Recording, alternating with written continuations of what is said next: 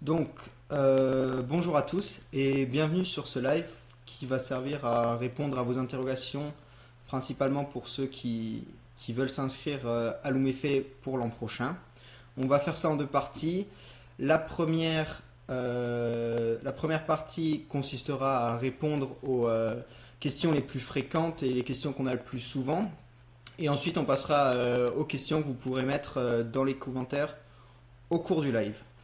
Donc on commence tout de suite avec la première question. Donc comment faire son inscription à l'UMEFE? Et c'est Renaud qui va vous répondre. La sélection à l'entrée en P1 à l'UMEFE, elle se fait sur un dossier d'admission. Il est disponible sur le site internet de la faculté et notre site internet de la CMC normalement autour de mai-juin. La date limite d'envoi, elle sera notée sur le dossier et c'est généralement vers fin juillet et les résultats début août. Vous pouvez toutefois regarder déjà le dossier d'inscription de l'année dernière. Les documents qui demandent généralement varient très peu. Il est disponible sur notre site, il me semble, je ne sais pas quelle rubrique. Ouais, il est disponible sur le site internet dans la rubrique s'inscrire à l'UMEFE ou à l'USAMEV. Donc on enchaîne avec quels sont les critères d'admission avec Louise. Du coup, les critères d'admission pour être accepté, c'est principalement les notes du baccalauréat. Ensuite, il y a aussi également tout ce qui est expérience extérieure, donc tous les certificats de stage que vous avez fait, également le bénévolat qui est très important. Si vous pouvez aussi également avoir des lettres de recommandation des médecins avec lesquels vous avez fait vos stages, tout ça, ça va constituer des bonus pour votre dossier d'inscription et voilà, principalement aussi les notes du bac. Voilà, avoir une mention très bien, ça va forcément être un plus. Ne pas avoir de mention, ça va pas non plus être pénalisant pour votre dossier, mais meilleur est votre bac et meilleur sera votre dossier. Voilà. Donc je complète juste pour les lettres de recommandation. Vous pouvez aussi penser à vos profs de lycée, par exemple profs de SVT, de maths, toutes les matières un peu scientifiques et peut-être même éventuellement les notes de langue pour montrer que vous êtes bon en langue et donc que l'apprentissage du roumain sera peut-être plus facile. Voilà, donc le pourcentage d'étudiants acceptés, globalement on est autour de 20-25% pour médecine. Entre 1 sur 4 et 1 sur 5. En dentaire et en pharmacie, on n'a pas le nombre de refusés, mais c'est à peu près dans ces eaux-là. Ensuite, est-ce qu'avoir fait 2 PACES est pénalisant pour un dossier de candidature, Louise? Ouais, alors donc avoir fait 2 PACES, ça va pas être pénalisant dans votre dossier d'admission. L'université, elle est vraiment au courant que la plupart des étudiants ont fait 1 ou 2 PACES en France et pour eux, ça fait pas partie des critères importants. Cependant, ça va vous apporter éventuellement une méthode de travail. Forcément, dans certaines matières, en première année, vous serez plus à l'aise. Mais voilà, c'est pas un point pénalisant dans votre dossier. Alors, quels sont les frais de scolarité? Donc, je t'en prie. Pour l'instant, rien n'est sûr, mais d'après ce qu'on sait, elle devrait passer à 6 000 € l'année. Voilà. Pour les nouveaux arrivants, Pour les voilà. nouveaux arrivants, Donc, pour les nouveaux arrivants, on passerait de 5 000 à 6 000 € par an. Après, c'est vraiment pas sûr. Il vaut mieux attendre d'avoir la sortie du dossier où là, il y aura confirmation ou infirmation de ce qu'on vous dit. Mais c'est ce qu'on a entendu. On enchaîne avec les agences privées. Donc, vous l'avez peut-être vu sur Internet, il y a des agences privées qui proposent de constituer le dossier à votre place, de l'envoyer à votre place, etc. Et ce serait un avantage lors de la sélection. Donc, la première chose, c'est que non, il n'y a aucun avantage pour les étudiants qui ont postulé via ces agences privées. Nous, de notre côté, en tant qu'association étudiante, on recommande fortement d'être prudent. C'est-à-dire que ces agences, on ne sait pas par qui elles sont tenues, elles ne sont pas toutes sérieuses. il peut y avoir des problèmes, donc voilà, soyez prudents. Il y a déjà eu des cas où des gens avaient payé ces agences privées et leur dossier a été envoyé en retard et donc ils n'ont même pas été inclus dans la liste des potentiels sélectionnés. Leur dossier est parti directement à la poubelle. Donc on va partir un peu plus sur les cours et la vie dans l'université. Donc est-ce que le rythme en P1 est aussi soutenu qu'en PACES en France? Alors, il faut savoir que la première année en Roumanie, c'est vraiment pas comparable à une PACES en France, que ça soit pour médecine, dentaire ou pharma.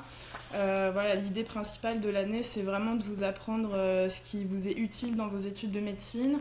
Il n'y a pas de sélection, donc la sélection, elle est déjà faite. Et voilà, c'est vraiment, on ne vous fait pas apprendre des détails inutiles. Voilà, c'est pas pour vous éliminer, c'est juste pour vous apprendre ce qui va vous être utile par la suite. Et voilà, c'est vraiment, c'est plutôt comparable à éventuellement une deuxième année de médecine en France où le rythme diminue par rapport à la PACES. Voilà. L'enseignement se fait-il intégralement en français durant les 6 années?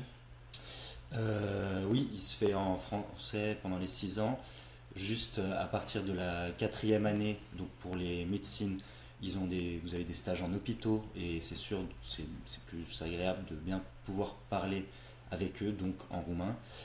Nous en dentaire, c'est aussi à partir de la 4e année où on a des patients également et donc pareil, il faut parler roumain. Et on a en dentaire 4 heures de cours de roumain à la fac par semaine et en médecine 3 heures. Donc on a aussi également... Et en pharma 2 heures par semaine. Ouais. Donc voilà. Est-il possible d'obtenir une bourse en en étant étudiant en Roumanie? Donc la réponse est oui. L'UMEFE est éligible au Crous, à savoir que dans le menu déroulant des universités, lorsque vous faites votre dossier Crous sur internet, l'université de médecine de Cluj est inclus dedans. Donc vous pouvez continuer à avoir votre bourse à l'étranger en étant étudiant en médecine dentaire ou pharmacie à Cluj. Ça c'est pour le premier point. Le deuxième point, c'est c'est possible également de faire des prêts étudiants. Il y a pas mal d'étudiants qui ont recours parce que c'est quand même une charge financière, les frais de scolarité à Cluj. Troisième point, c'est que l'université offre des bourses au mérite, à savoir une bourse par rapport à votre moyenne du semestre. Donc ça peut monter jusqu'à la moitié des frais de scolarité par semestre, soit 1250 €, ce qui n'est pas négligeable du tout. Après ça, bien sûr, il faut être dans les meilleurs de sa promotion et c'est beaucoup de boulot. Mais voilà, il y a des solutions pour avoir des aides financières pour ceux qui en ont besoin, quoi, tout simplement. Les stages d'été, Louise. Alors les stages d'été, pour l'instant je vais parler pour les médecines. Donc il y a un stage d'été obligatoire à faire tous les ans. En fin de première année, il doit se faire obligatoirement dans un cabinet médical avec un médecin généraliste. Et les années suivantes, vous aurez une liste de spécialités dans lesquelles vous pouvez choisir celle que vous voulez. Ça sera donc à l'hôpital. Et ensuite, donc pour les dentaires, c'est un petit peu différent. Nous, on a également chaque été un stage d'observation à faire en cabinet. On a 160 heures voilà, à faire. Et pour les pharma, pareil, un stage d'été tous les ans. En pharma, c'est environ 2 semaines avec 30 heures par semaine. Et ça peut se faire, là pour le coup, vous pouvez choisir où vous voulez le faire, c'est soit en officine ou alors dans des labos de recherche. Là, pharma, c'est assez libre de ce point de vue-là. Voilà. Donc ça, c'était pour les questions qui tombent le plus souvent. On va passer aux quelques questions qui ont été posées dans les commentaires. Donc, doit-on faire partager nos notes de PACES ou peut-on les garder pour nous? Alors, pour ça, il n'y a pas vraiment de bonne réponse. C'est très difficile pour la faculté de comparer les notes de PACES entre des gens qui ont été dans des facs de médecine dans différentes villes de France parce que d'une faculté à l'autre, c'est pas les mêmes matières qui sont faciles ou difficiles. Donc faites en fonction de comme vous le sentez. Moi, à titre personnel, je les avais pas mis. Moi non plus, je les avais pas mises parce que c'est vrai que c'est difficile. Les notes de PACES, ça dépend vraiment de la fac. Les concours sont différents. Faut se référer également au classement de la fac, les matières, etc. Donc c'est vrai que pour l'université ici à Cluj, c'est un peu difficile d'évaluer ça. Des notes en soi peuvent paraître plutôt bonnes pour une PACES, mais hors contexte, finalement pas génial. Donc c'est vraiment à vous de voir pour ça. Pour le classement, c'est pareil. Notes et classement, c'est vous, ensemble. vous pouvez le mettre comme vous pouvez pas le mettre. C'est à vous de voir. Moi, j'avais mis juste un certificat de scolarité que j'avais fait une PACES, mais j'avais pas détaillé sur les notes et le classement. Là, il y a une question, c'est donc on ne mentionne rien de nos années PACES. Moi, je pense que ça ne sert à rien de cacher qu'on ait fait une PACES. Donc moi, personnellement, j'avais pas mis mes classements ni notes de PACES, mais je l'avais écrit dans ma lettre de motivation en disant que j'avais fait une PACES. Je pense que bon, il faut pas le cacher, il faut pas, c'est un parcours comme un autre. Voilà. Il y a eu aussi une autre question, c'était le nombre de dossiers. Donc à peu près l'an dernier, il y a eu entre 400 et 500 dossiers déposés pour 130 admis. Donc voilà, c'est ce qu'on vous disait avant, on est à peu près à un ratio de 1 sur 4, 1 sur 5. D'autres questions. Est-ce que le fait d'avoir travaillé en pharmacie l'été avantage un peu? Oui, parfaitement. Ouais. On rentre totalement dans cette démarche de prouver en fait que le milieu médical vous plaît, que vous vous y intéressez, que vous avez fait du bénévolat à la Croix-Rouge, que vous avez bossé avec, fait un stage avec un radiologue ou n'importe quoi. En fait, ce que la fac veut savoir, c'est aussi, si ça vous plaît, à quel point vous êtes motivé et intéressé, attiré par le milieu médical et toutes ces professions. Parce que c'est vrai qu'avoir fait des stages comme ça, à votre propre initiative, bah voilà, ça montre que vous êtes motivé, que vous vous intéressez au sujet que vous voulez étudier, etc. Donc tout ce qui est vraiment stage, bénévolat, tout ce qui se rapproche un peu de près ou de loin à la médecine, la science et tout ça, ça peut vraiment être des pièces qui sont des avantages dans votre dossier. Donc, j'ai un bac L et une très mauvaise PACES, ai-je des chances d'être prise? Bah, comme on vous l'a dit tout à l'heure, la mention au bac, c'est pas éliminatoire. Donc si vous n'avez pas de mention ou que vous avez une mention très bien, forcément un bac avec une mention très bien va constituer un point positif. Et là, la question, j'imagine que c'était précisément par rapport au bac L. Et non, les bacs L ne sont pas refusés, donc tu as toutes tes chances. Après, c'est sûr que ce sera un désavantage face à un bac scientifique, mais c'est pas du tout éliminatoire, quoi. Donc, on enchaîne avec quand faut-il déposer les dossiers? Pour l'instant, on ne sait pas encore. La date exacte limite, elle sera sur le dossier d'inscription. Mais généralement, ça tourne vraiment autour de fin juillet, mi-fin juillet. Voilà. Et du coup, vous pouvez commencer à déposer vos dossiers à partir du moment où le dossier de candidature, enfin d'admission, est publié sur le site de la fac, donc autour de mai-juin, donc de mai-juin jusqu'à fin juillet à peu près. Voilà, donc attention par contre, ne vous faites pas avoir, n'utilisez pas le dossier de l'an dernier comme référence. N'envoyez surtout pas votre dossier avant l'ouverture des périodes de candidature, ça ne sert à rien, il partira à la poubelle. Est-il possible de faire les 3-4 premières années de ces études en Roumanie et de les poursuivre ensuite en France? Actuellement non. Non, il faut faire l'intégralité des 2 cycles, donc les 6 ans à Cluj, après quoi vous obtenez un certificat de fin de second cycle qui est en fait un justificatif qui prouve que vous avez fait vos deux premiers cycles d'études médicales dans un pays européen et vous pouvez continuer grâce à ce certificat soit en Roumanie, soit en France, soit ailleurs en Europe selon les modalités d'acceptation du pays, donc si c'est un concours, si c'est sur dossier, etc. Alors, comment font-ils leur sélection entre les dossiers? Bah ça, on en a déjà parlé, hein. C'est principalement les notes que vous avez obtenues à votre baccalauréat, et ensuite tout ce qui est certificat de stage, certificat d'action bénévole, lettre de recommandation, c'est tous ces éléments-là qui sont pris en compte dans la sélection. Ok. Donc, on enchaîne. Une seconde. J'ai fait aucun stage dans le milieu médical. Est-ce handicapant? Après 2 ans de PACES échoué à 3 places, je fais actuellement jeune fille au pair en Allemagne. Serait-ce un bon point? Alors, il n'y a pas vraiment de bonne réponse à ça, si c'est un bon point ou pas. Je parle là pour ton cas de jeune fille au pair. Il faut savoir en tirer dans ta lettre de motivation, par exemple, des conclusions ou des enseignements qui font que ça pourrait être utile pour le milieu médical. Je ne sais pas, que tu as appris à être responsable, à prendre des décisions parce que tu t'occupes de jeunes enfants, etc. Il faut voir ça sous le prisme de se valoriser et mettre en avant ses expériences. Ça peut très bien être, vous êtes arbitre de football et du coup, vous savez prendre des décisions, vous savez prendre vos responsabilités, vous savez respecter un règlement.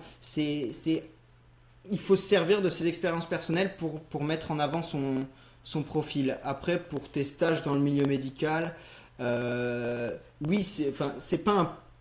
Si tu en as fait un, c'est un point négatif, c'est un point positif, pardon. Donc on t'incite à le faire. Tu as encore jusqu'à juillet, donc il reste 5 ou 6 mois. Il n'est pas trop tard. Ça peut être un stage de rien que 2 semaines. Ce serait déjà, c'est déjà mieux que rien. Donc voilà, si tu as l'occasion de faire un stage à l'hôpital, aux urgences, chez un généraliste, mais comme dit, faire passer ton diplôme de premier secours, par exemple, c'est affaire de quelques heures, mais c'est un vrai plus dans le dossier. Quel genre de bénévolat peut convenir pour améliorer le dossier? J'ai un peu répondu, Ouais. mais En fait, c'est tout ce qui montre que vous avez de l'intérêt pour votre futur métier. Si vous pouvez, enfin, dans le bénévolat, je sais que on peut, par exemple, participer des collectes Emmaüs ou qu'est-ce qui peut ouais, être- collecter Resto Emmaüs, du cœur, exactement. choses Le comme SAMU, ça. non, il n'y a pas. Ouais, le SAMU, La ouais, par exemple. Croix-Rouge, tout ça. Euh, Tout type de et bénévolat puis- est bon.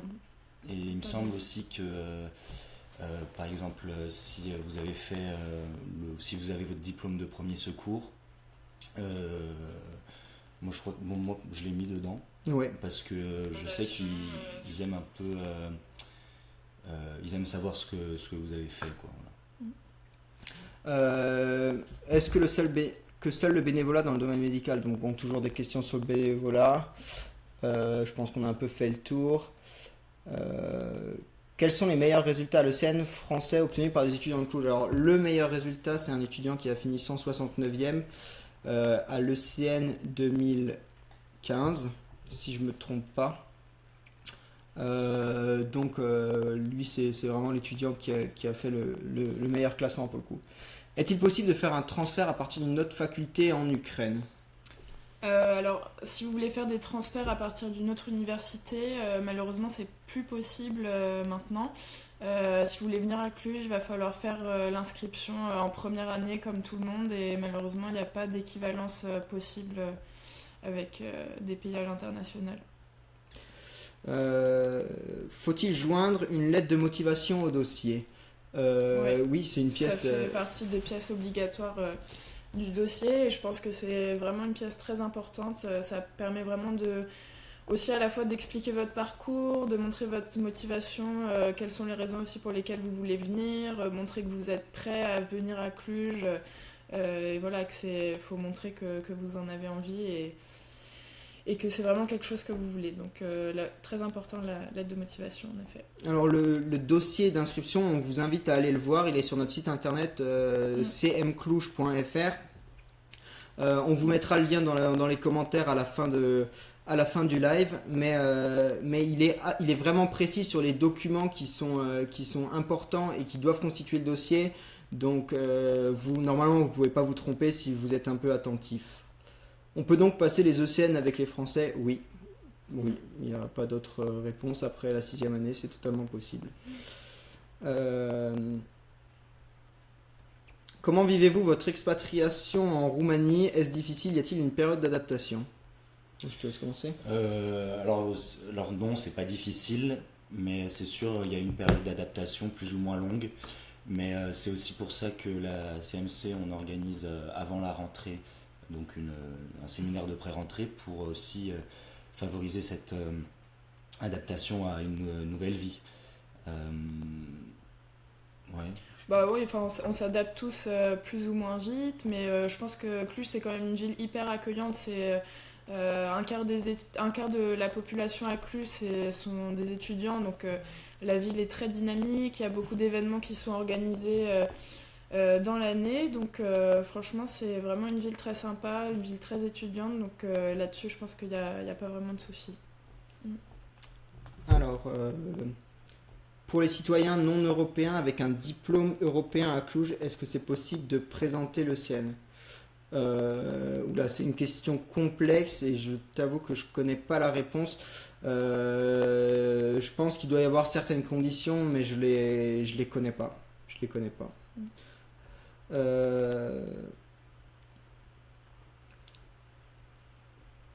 Stage dans les hôpitaux, ils demandent des conventions, sinon c'est pas possible. Comment faire pour avoir une convention? Alors ça, pareil. Moi, à titre personnel, je l'ai pas fait en hôpital, je l'ai fait avec un radiologue. Je suis simplement allé demander et souvent en libéral, c'est un peu plus simple. Enfin, pour moi et mes connaissances, ça a été le cas. Et puis sinon, comme on revient toujours sur ces histoires de bénévolat où là, c'est la procédure la plus simple. Ouais. Un baccalauréat au rattrapage obtenu en 2012 est-il éliminatoire? Non.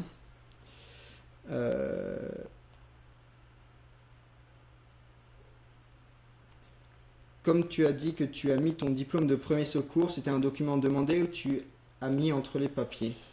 Non, c'est pas du tout un document demandé, j'ai rajouté ça comme une annexe avec aussi les papiers de C'est stage. ce dont on parlait voilà. dans tout. Enfin, pareil, les certificats de stage, les certificats de bénévolat, etc. C'est pas des pièces obligatoires dans le dossier d'admission, c'est des choses que vous mettez en plus, comme le diplôme de premier secours à la Croix-Rouge ou autre part d'ailleurs. Mais non, c'est pas des pièces obligatoires et c'est à vous de les mettre de vous-même. Donc le transfert, avant c'était possible. J'ai vu sur le site de l'université de Iași que le transfert était possible. Oui, depuis Iași c'est possible. C'est à l'international qu'il n'est pas possible. C'est-à-dire qu'à l'international, vous avez beau être en 4e année en France ou en Ukraine ou n'importe où ailleurs en Europe ou dans le monde, vous devez postuler pour la première année. Par contre, si vous êtes étudiant en Roumanie, donc dans une autre faculté roumaine, en première, deuxième ou troisième année ou plus, vous pouvez vous faire transférer en respectant votre cycle universitaire. Vous n'allez pas vous retrouver en première année. J'ai un bac S en un an, je n'ai pas toutes les notes, comment faire? Alors ça, c'est un cas un peu particulier, faut voir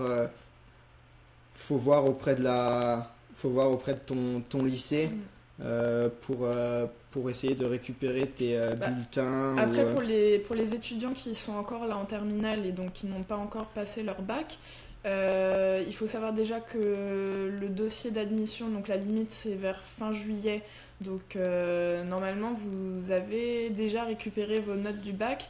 La seule chose qui va vous manquer dans le dossier, ça va être le diplôme du bac, parce que normalement vous le recevez uniquement vers septembre, octobre, mais ça du coup l'université elle est au courant, donc la seule chose qu'elle attend c'est les notes du bac. Vous précisez que vous sortez de terminale et là-dessus il n'y a pas de problème. Voilà, donc je crois qu'on a un peu fait le tour des questions. S'il y en a encore, n'hésitez pas. Qu'est-ce qu'on peut vous dire de plus? On a répondu à presque toutes les questions qu'on avait préparées et celles qu'on n'avait pas préparées. On peut vous faire un petit topo sur le passage en année supérieure. Donc il faut tout simplement valider 45 crédits ECTS sur 60. Les crédits ECTS, c'est des crédits européens qui 60 crédits, c'est une année. 45 crédits sur 60, c'est quand vous n'avez pas validé toutes les matières. Et il faut avoir validé, chaque matière a un nombre de crédits donnés et il faut en valider suffisamment pour atteindre ce palier de 45 pour passer en année supérieure. Mais l'année d'après, vous devrez passer les matières que vous n'avez pas réussi. On est dans un système de fac où il faut valider sa matière, avoir la moyenne, 5 sur 10. Et contrairement à la France, il n'y a pas de compensation entre les matières. C'est vraiment chaque matière un minimum de 5 sur 10. Donc, beaucoup d'étudiants français dénigrent les études de médecine en Roumanie. Y a-t-il vraiment une différence de niveau ? Alors moi, je ne l'ai pas ressenti. Ça fait maintenant 3 ans que je fais mes stages d'été en France, que je sois en première année chez un médecin généraliste, en deuxième année aux urgences, en troisième année en médecine interne. Ça s'est toujours très bien passé, que ce soit avec les médecins, avec les internes qui s'occupaient de moi, avec mes co-externes. Donc, je pense que c'est plus un cliché qu'une réalité. On a maintenant de plus en plus d'étudiants qui rentrent en France après avoir fini leurs 6 années. La première promotion majoritairement française a fini l'an dernier et est désormais à l'internat. Et selon nos informations, ça se passe plutôt bien pour eux lors de leur internat. C'est difficile comme pour tout le monde. L'internat, c'est pas quelque chose de facile, mais ça se passe bien pour les étudiants qui viennent de Cluj, donc je pense que c'est qu'il n'y a pas trop de problèmes de niveau. Pouvez-vous nous faire un exemple de semaine type de première année ? Il y a des vacances, peut-on rentrer en France ? Je vais parler d'abord des vacances et des week-ends. Au niveau des vacances dans l'année, vous avez officiellement 2 semaines à Noël. Ensuite, vous avez 1 semaine à la suite de vos examens de premier semestre, donc qui va tomber à peu près fin février. Ensuite, 1 semaine au moment de Pâques, donc vers avril-mai. Et ensuite, vous avez les grandes vacances. Au niveau des week-ends, alors ça dépend éventuellement des emplois du temps. C'est possible qu'en première et deuxième année, vous n'ayez pas cours le vendredi. Du coup, c'est assez sympa et ça permet de rentrer le week-end. Et ensuite, c'était quoi les semaines type de première année Alors, ça remonte un peu, c'était l'année dernière, mais ça va, les semaines sont plutôt pas trop chargées. Ça arrive éventuellement, souvent dans les emplois du temps, d'avoir 2 journées assez chargées et le reste de la semaine un peu plus léger. Donc, franchement, vous avez vraiment le temps d'avoir une vie à côté, de travailler tranquillement, de sortir, etc. Donc, faut pas trop se stresser là-dessus. On est à environ 30 heures de cours par semaine. Ouais, à peu près. C'est un rythme. C'est un rythme normal, il y a pas trop de... On n'est pas surmené, on n'est pas non plus à s'ennuyer la semaine parce qu'on n'a rien à faire, mais voilà. Y a-t-il des TP, TD dès la première année ? Oui. On a, dans à peu près chaque matière, on a 2 heures de cours et 2 heures de TP. Et... oui, voilà. Et puis surtout, moi je vais parler pour les dentaires, on manipule déjà en morphologie, on fait des dents déjà, donc on approche assez rapidement de la pratique. Voilà. Ouais. Et en médecine, c'est à peu près pareil, c'est 2 heures de TP pour 2 heures de cours, à part pour certaines matières, comme par exemple l'anatomie, vous allez avoir 5 heures de TP dans la semaine, parce que c'est vraiment une des grosses matières de première année. Et pareil, c'est vrai qu'ici à Cluj, la pratique, c'est vraiment quelque chose de très important. En première année, par exemple en anatomie, vous allez étudier sur des cadavres, disséquer, etc. Et ça, c'est vraiment, je trouve, un énorme avantage pour apprendre l'anatomie, de pouvoir voir les choses en vrai. Et en général, dans toutes les matières, la pratique, c'est vraiment quelque chose de très important. Vous allez faire... par exemple en biochimie, en physio, etc., des expériences et voilà. Donc il y a énormément de pratiques et je trouve que c'est vraiment un des points positifs de Cluj. Vous bossez sur les collèges français, vous passez le CN français. Alors, donc de la première à troisième année, forcément, on bosse pas sur les collèges français puisque c'est des matières c'est la biologie cellulaire, la biochimie, la biophysique, la physiologie. Donc c'est pas c'est pas des matières sur lesquelles on bosse sur des collèges. À partir de la quatrième année, la plupart des étudiants bossent sur les collèges parce que le programme est à peu de choses près le même qu'en France et que ce sont des très bons livres. Les profs les connaissent. Donc oui, on bosse sur le CN, enfin sur les collèges. Après, tous les Français ne passent pas le CN. Il y en a qui choisissent de rester en Roumanie. Il y en a qui sont partis en Suisse. Il y en a qui sont partis. Il y en a un qui est parti, enfin qui attend de passer le concours en Espagne. Il y a possibilité d'aller en Allemagne. Je veux dire, on s'ouvre des portes pour toute l'Europe. Donc voilà, c'est en fonction des préférences de chacun, mais il y a quand même une majorité d'étudiants qui rentrent en France. J'ai vu qu'il y avait une question, c'était faut-il postuler dans plusieurs universités en Roumanie pour être sûr d'être accepté dans au moins une faculté? Alors, donc, il y a plusieurs universités en Roumanie qui proposent des sections en français. Vous pouvez bien sûr envoyer plusieurs dossiers pour maximiser vos chances. Après, nous, si c'est vraiment Cluj qui vous intéresse, on vous conseille aussi d'envoyer éventuellement plusieurs dossiers pour différentes sections. Par exemple, vous pouvez envoyer un dossier en médecine, section française, un autre en médecine, section anglaise. Peut-être que dentaire, ça vous intéresse aussi, donc vous pouvez également envoyer un dossier en dentaire. Enfin, ça vous permet vraiment de maximiser vos chances. Et dans le cas où vous avez envie d'envoyer plusieurs dossiers, il y a une annexe dans le dossier d'admission où vous allez entrer votre ordre de préférence. Et voilà, vous devez juste envoyer les dossiers ensemble et préciser cet ordre de préférence. Pour les différentes facs de médecine en Roumanie, l'ambassade en a fait une section sur son site internet, l'ambassade de France en Roumanie, que je vous invite à aller voir, où elle évoque la situation dans les différentes facultés roumaines. L'ambassade de France, hein, bien sûr. Du coup, avec le rythme de travail de première année, on a le droit à plus de 6 heures de sommeil. Oui. Oui, 8 heures, même 10 heures parfois, si t'es chaud le week-end.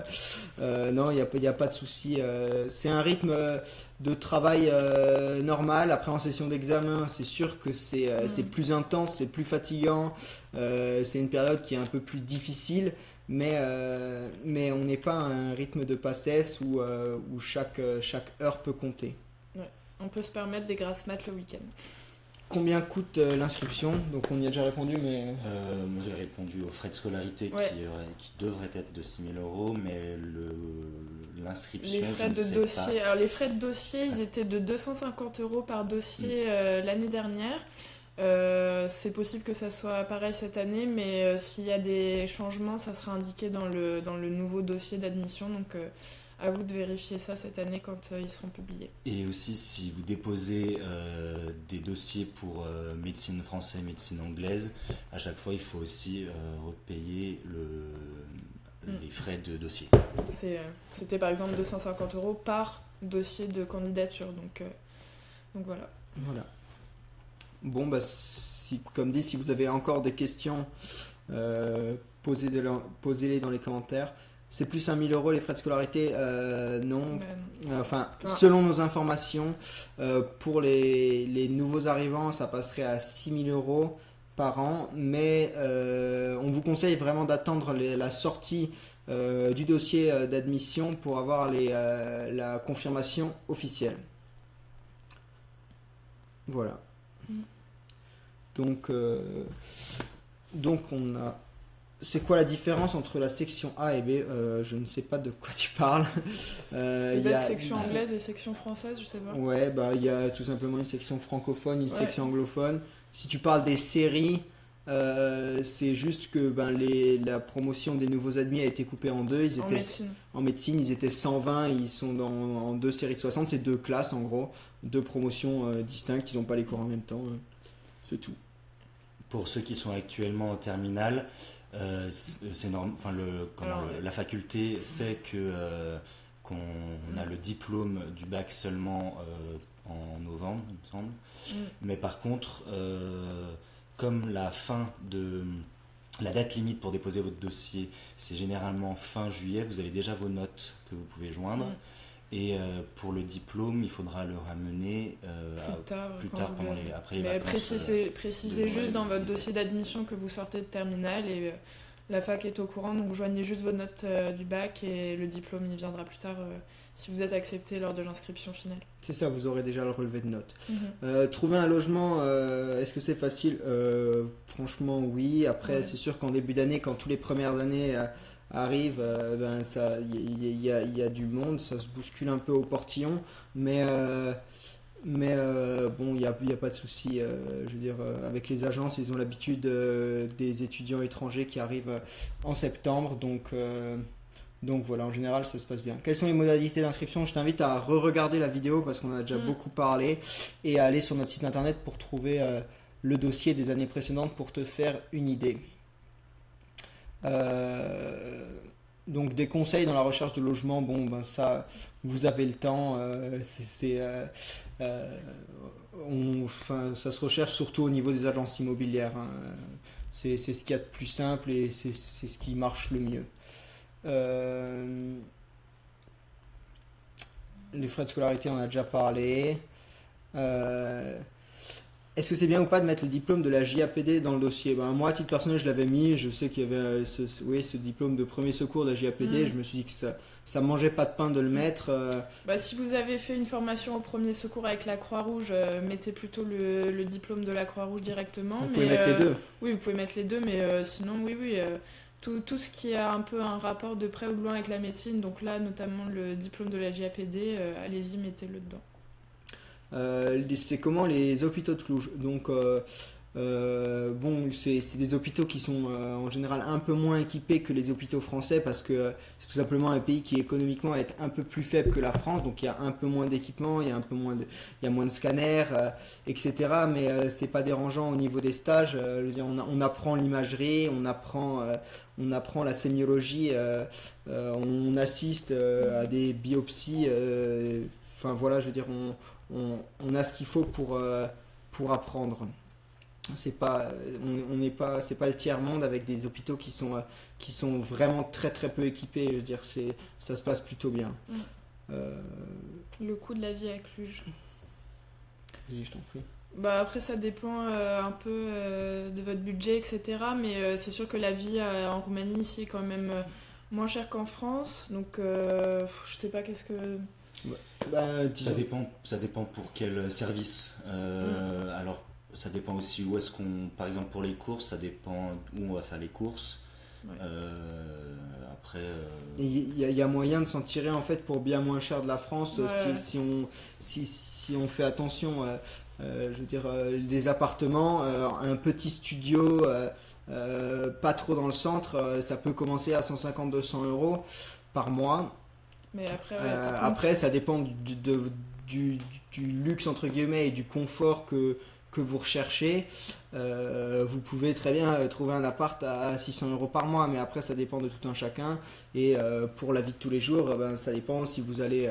C'est sûr que vous avez la chance si vous êtes à Cluj en tant qu'étudiant, de pouvoir aller de temps en temps au restaurant parce que c'est beaucoup moins cher qu'en France, qu'un plat ça coûte 6 euros dans un restaurant très correct et donc c'est un peu plus abordable. Ouais. Après, il y a possibilité de faire très attention et de s'en sortir pour bien moins cher qu'en France.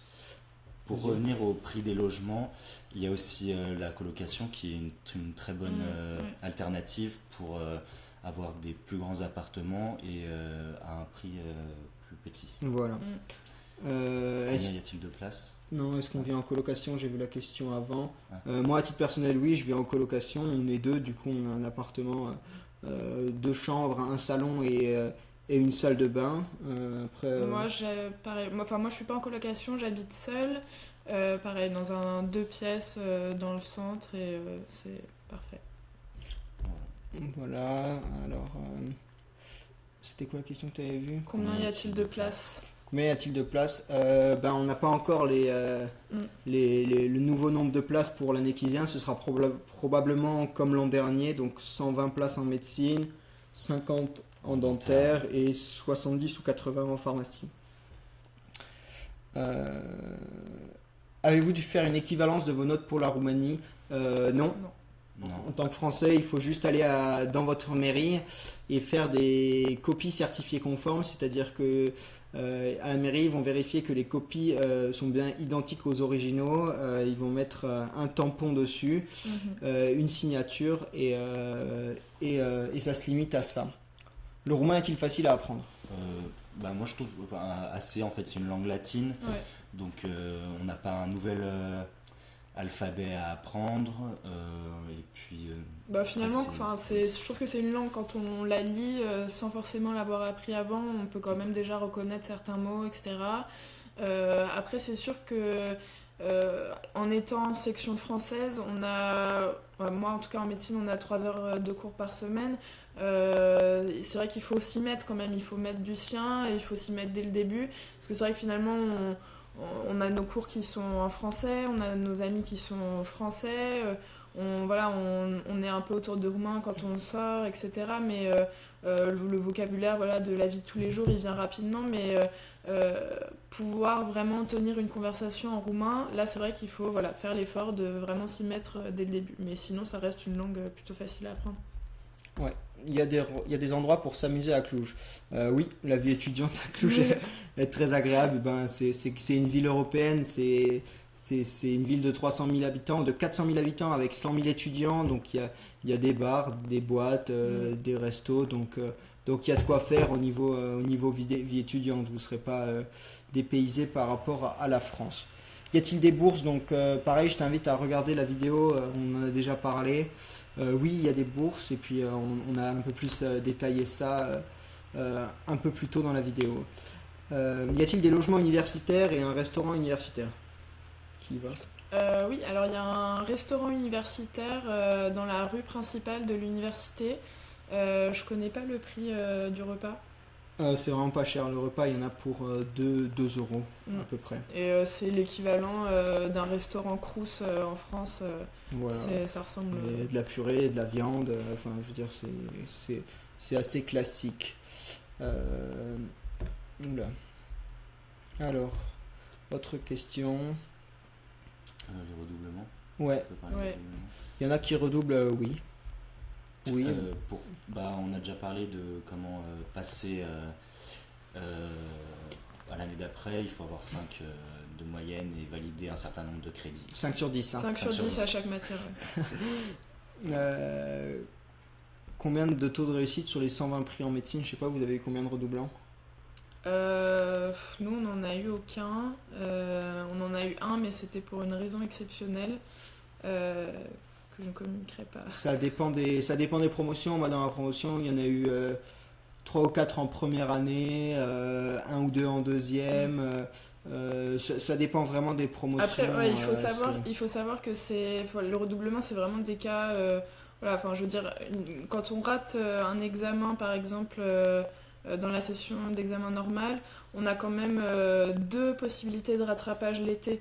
Donc, il y a une première semaine de rattrapage qui est organisée. Si vous ratez ce premier rattrapage, vous avez une deuxième semaine à la suite qui est organisée.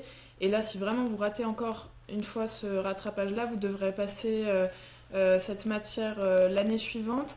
Mais si vous avez qu'une ou 2 matières que vous n'avez pas réussi à valider, vous pouvez éventuellement passer à l'année supérieure et passer seulement ces matières-là en complément. Et le redoublement, c'est vraiment quand vous n'avez pas réussi à valider assez de matières et que dans ce cas-là, vous êtes obligé de redoubler. Mais il y a vraiment très très peu de personnes pour qui c'est le cas. Oui, on n'a pas répondu sur les résidences universitaires. Donc oui, il y a des résidences universitaires mises à disposition par la fac qui sont vraiment très abordables. On parle d'un loyer inférieur à 100 euros par mois. Donc c'est des chambres qui sont partagées à 2. Mais où il y a quelques Français, donc voilà, c'est vraiment très abordable de ce côté-là. Pour certifier conforme notaire ou mairie, le mieux, ça change rien, fais comme tu veux. C'est la même chose, ouais.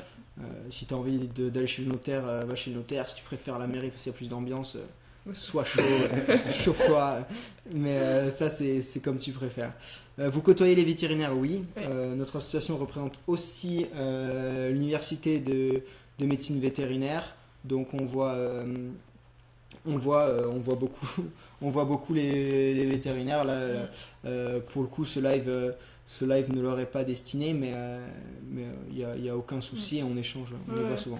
La seule raison pour laquelle on a décidé de ne pas les inclure dans ce live, c'est que voilà, c'est les réponses aux questions auxquelles on répond aujourd'hui sont les mêmes sont principalement les mêmes pour médecine, pharma et dentaire. Voilà, vétérinaire, c'est une autre université, donc les réponses sont différentes, donc ça aurait été compliqué de combiner dans le même live, mais oui, on côtoie beaucoup les vétérinaires.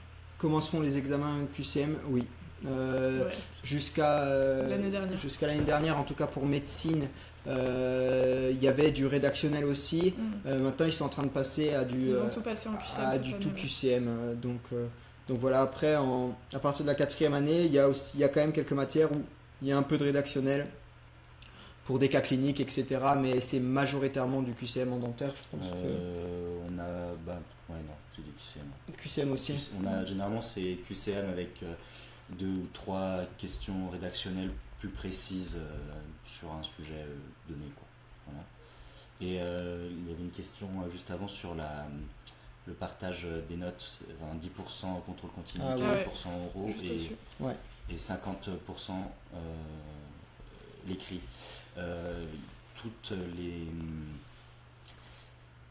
Toutes les matières n'ont pas forcément des oraux. Je pense à la microbio où c'est juste un contrôle TP et cours. Voilà. En médecine, pour le coup, toutes nos matières ont des oraux. Après, le pourcentage. Le pourcentage, ça dépend des fois des matières, ça dépend aussi éventuellement des profs. Je sais qu'ils avaient voulu un peu uniformiser entre les matières cette année et ça s'est pas encore fait. Mais par contre, alors les séminaires qui comptent pour environ 10% de la note, ça va pas forcément être à toutes les matières, c'est principalement les grosses matières comme anatomie, biochimie, physiologie. Et par contre, oui, dans toutes les matières, vous avez un examen de TP qui peut se faire à l'oral ou à l'écrit, d'ailleurs ça dépend des matières et des professeurs. Et bien sûr, un partiel théorique à la fin, pendant la session d'examen. C'était quoi votre mention au bac? Moi, à titre personnel, j'ai eu assez bien, j'ai eu 13,00 au bac. Donc, voilà. Moi, je me souviens plus de la moyenne, mais j'ai eu aussi une mention assez bien. Moi, j'ai eu la bien. Donc, voilà. Après, plus meilleure est votre mention au bac, plus vous augmentez vos chances. Si vous êtes encore en terminale, bossez bien. Même, il faut tous les bulletins de lycée. Donc, si meilleurs sont vos semestres, vos trimestres, c'est pareil. Donc, essayez de bien bosser pour cette année, histoire de maximiser vos chances d'être admis, parce que c'est quand même de plus en plus difficile au vu du nombre de postulants. Je pense qu'on a à peu près fait le tour. Voilà. Merci à tous de nous avoir écoutés. Vous trouverez pas mal d'informations sur notre site internet. Et, il y a une page foire aux questions qui va bientôt faire son apparition, donc gardez l'œil ouvert. Voilà, et si vous avez des questions, vous pouvez nous contacter par mail.